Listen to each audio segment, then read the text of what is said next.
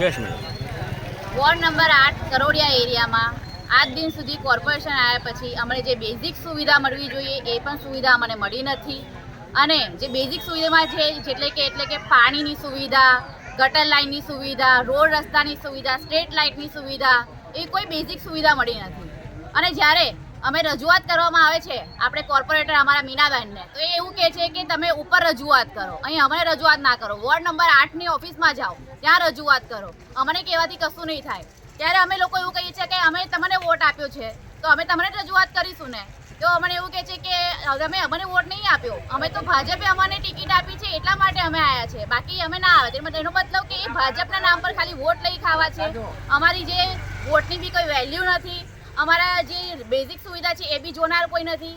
એવી જે મેઇન સત્તા પર જે માણસ બેસી ગયો છે એ સીટ જો અગર બીજા કોઈને મળી હોત તો આજે અમારી જે પ્રોબ્લેમ છે એનું કંઈક બીજું જ કંઈ નિરાકરણ આવી ગયું હોત. આ સમસ્યાનો ઉકેલ નહીં આવે તમે શું કરશો?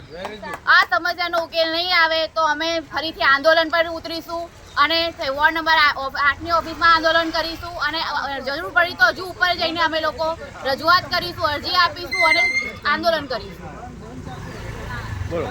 2 વર્ષથી જ્યારથી કોર્પોરેશન આવી છે ત્યારથી અમને રોડની બિલકુલ સગવડ છે નહીં. ચારે બાજુ પાણી ભરાયેલું છે.